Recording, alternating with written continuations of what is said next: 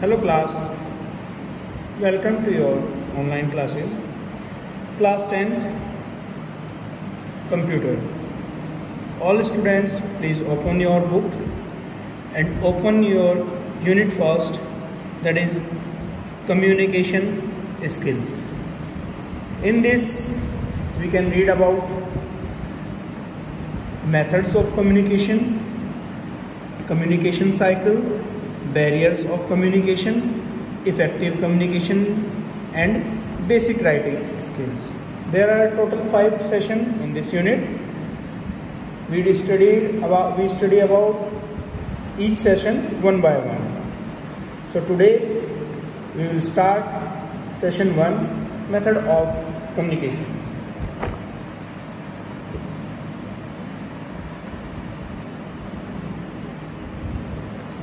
So, methods of communication.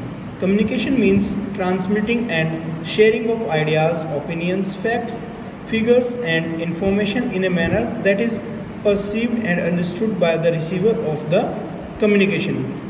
Communication एक method है, एक तरीका है जो हमारे पास आइडियाज़ हैं, हमारे ओपिनियंस हैं, हमारे फैक्ट्स हैं, जो भी हमारे विचार हैं, जो हमारे पास इंफॉर्मेशन सूचना है, उसको दूसरे को हम कैसे समझा पा रहे हैं, किस तरह से उसको समझ में आए,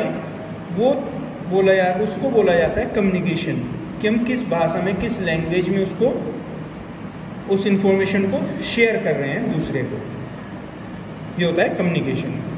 Communication can occur only when there is a common understanding between the sender and the receiver. Communication तभी होता है दो लोगों के बीच में जब एक कॉमन अंडरस्टैंडिंग, यानी कि हम एक दूसरे को समझ सकते हों, जो सेंडर है यानी कि जो इन्फॉर्मेशन भेज रहा है वो, और जो इन्फॉर्मेशन प्राप्त कर रहा है वो, उन दोनों के बीच एक अंडरस्टैंडिंग होनी चाहिए, एक समझ होनी चाहिए। There are various types of communication that are in the form of oral, written, body language, action and gestures. बहुत सारे तरीके से हम कम्युनिकेट कर सकते हैं, जैसे ओरल, रिटन लिखित में, बॉडी लैंग्वेज का मतलब होता है हमारा जो साइन लैंग्वेज होती है, एक्शंस के रूप में, और गेस्चर्स होता है अलग अलग पोस्चर्स बना के बॉडी के, एक्सेट्रा, और भी तरीके होते हैं। तो हम यहाँ पे डिस्कस करेंगे मेथड्स ऑफ कम्युनिकेशन, क्या क्या तरीके होते हैं कम्युनिकेशन करने के। First, verbal communication. Verbal communication is the one of the most common types of communication. It is the use of words and languages for interaction between two और मोर individuals.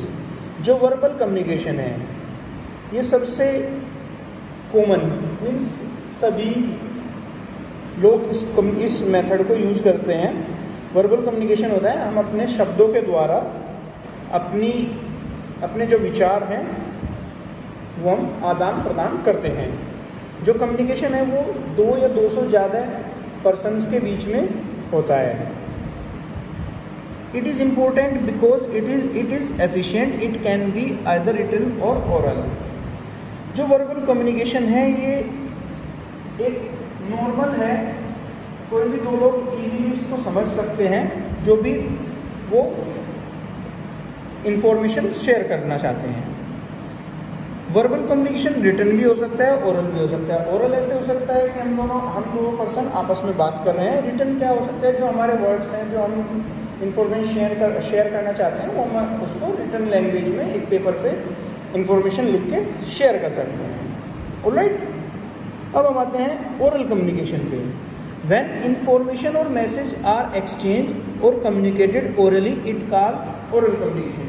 जब कोई सूचना या कोई संदेश, कोई मैसेज कम्युनिकेट की जाती है ओरली, तो उसको ओरल कम्युनिकेशन बोला जाता है। Oral communication uses spoken words. Oral communication में हम सिर्फ शब्दों को बोलते हैं। It is effective for communication in meetings. जो ओरल कम्युनिकेशन होता है ये इफेक्टिव होता है। इफेक्टिव का मतलब होता है बहुत आकर्षित करना, जो मीटिंग्स होती हैं, कॉन्फ्रेंसेस होती हैं, ग्रुप डिस्कशन होते हैं, इंटरव्यूज़ होते हैं या फेस टू फेस टॉक होती है। मीन्स इसमें जो भी इंफॉर्मेशन हम डिलीवर कर रहे हैं, हम सूचना दे रहे हैं किसी मीटिंग में, कॉन्फ्रेंसेस में, ग्रुप डिस्कशन में, इसमें जो भी पर्टिकुलर पर्सन अपनी इंफॉर्मेशन शेयर कर रहा है, उसके बोलने के ढंग से, उसका बॉडी लैंग्वेज में उससे पता लग जाता है कि उस पर्टिकुलर पर्सन में कितना कॉन्फिडेंस है, वो कितने कॉन्फिडेंस से अपनी बात को दूसरे के सामने शो कर रहा है। Oral communication is effective when it is clear, precise, relevant.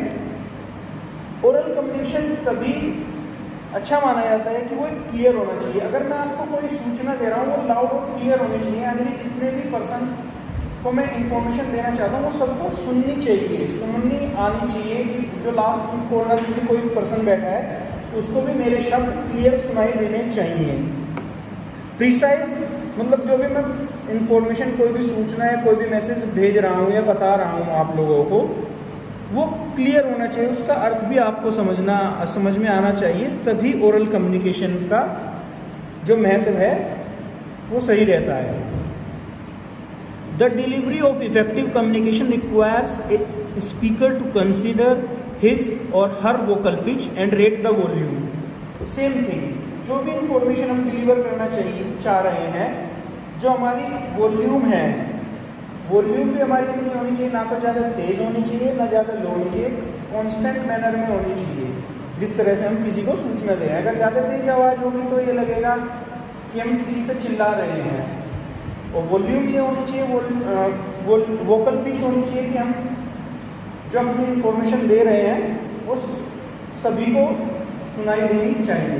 ये नहीं कि आगे वालों को तो आज इंफॉर्मेशन पता लगी, पीछे वालों को आगे इंफॉर्मेशन पता लगी और आगे नहीं, right. Ways to improve oral communication. हमारा जो ओरल कम्युनिकेशन है अगर वो कमज़ोर है तो उसको हम किस तरह से इम्प्रूव, किस तरह से उसको सुधार सकते हैं, उसके लिए कुछ वेज दिए गए हैं, तरीके दिए गए हैं। Enhance your vocabulary skills. जो हमारी वोकैबुलरी स्किल्स हैं उसको इम्प्रूव करना है। वो कैसे इम्प्रूव होगी? जो हमारे डेली न्यूज़पेपर होते हैं, आर्टिकल्स होते हैं, उसको पढ़ना चाहिए। उससे क्या होगा, उससे हम जो डे टू डे लाइफ के वर्ड्स होते हैं उनको पढ़ने से हमारी डेली लैंग्वेज में उनको यूज़ करने के लिए हमारे जल्दी याद हो जाएंगे। Read out loud. कोई भी चीज़ अगर आप पढ़ रहे हो उसको ज़ोर से पढ़ना चाहिए, ज़ोर से मिलने से थोड़ी ऊंची आवाज़ में। Attend activities going around. हमारे चारों अगर कोई भी एक्टिविटी होती है, कोई ग्रुप डिस्कशन होता है या फिर कोई मीटिंग्स होती हैं तो उसको भी हमें ज्वाइन करना चाहिए। Enrol yourself in conversation clubs. Conversation clubs होते हैं जहाँ पे ग्रुप डिस्कशन वगैरह होता है, उनको ज्वाइन करना, एनरोल करना चाहिए। Engage in debates and discussion. Debates, वाद विवाद प्रतियोगिता में भी हमें पार्टिसिपेट करना चाहिए। और सबसे अच्छी बात है, अगर हमारे पास कोई इन्फॉर्मेशन है, उस इन्फॉर्मेशन के जो नेसेसरी पॉइंट्स हैं उन सब के पॉइंट्स को एक पॉइंट बाय पॉइंट लिख लेना चाहिए। ये हमारे वेज होते हैं ओरल कम्युनिकेशन को इम्प्रूव करने के लिए, सुधार करने के लिए। नेक्स्ट है हमारा written communication. Written communication involves any type of message that makes uses of written words. Written communication हमारा इन्वॉल्व करता है जो मैसेज है, जो भी हमारा वर्बल मैसेज है उसको हम अपने रिटन वर्ड्स में लिखते हैं। Written communication is one of the most important and effective mode of communication. जो हमारा रिटन कम्युनिकेशन है वो एक इफेक्टिव मोड होता है, कम्युनिकेशन का। जो भी हमारी इम्पोर्टेंट थिंग्स होती हैं, जैसे लेटर्स होते हैं या फिर हमारी एप्लीकेशन लीव्स होती हैं, ये सब रिटन में ही होती हैं, क्योंकि it can be in formal way, एक फॉर्मल वे होता है। Here are some ways as to how written communication can be more effective. जैसे हमने वेज पढ़े थे, हमारी जो ओरल स्किल है उसको कैसे इम्प्रूव कर सकते हैं, ऐसे ही यहाँ पे रिटन कम्युनिकेशन स्किल को भी हम कैसे बेटर कर सकते हैं वो वेज दिए हैं। It should be in clear, correct, simple and in easy language. जो भी हम इंफॉर्मेशन देना चाह रहे हैं, रिटर्न इंफॉर्मेशन, वो क्लियर होनी चाहिए, टू द पॉइंट होनी चाहिए, करेक्ट एकदम सही होनी चाहिए, simple and in easy language, वो सिंपल सरल भाषा में होनी चाहिए ताकि जो उसको पढ़ रहा है उसको ईजिली समझ आ जाएगा। The writer should have the sound knowledge of the subject dealing with. जो इंफॉर्मेशन लिख रहा है writer,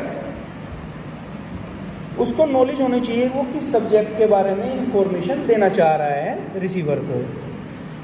developing a habit of reading can help in appropriate uses of words. हमें अपने अंदर एक हैबिट, एक आदत क्रिएट करनी होगी रीडिंग की। उससे क्या होगा कि हम जो अप्रोप्रिएट वर्ड्स होते हैं, शब्दों का चुनाव कैसे करते हैं, उसकी हमें बहुत हेल्प होगी कि कहाँ पे किस शब्द का यूज़ करना है।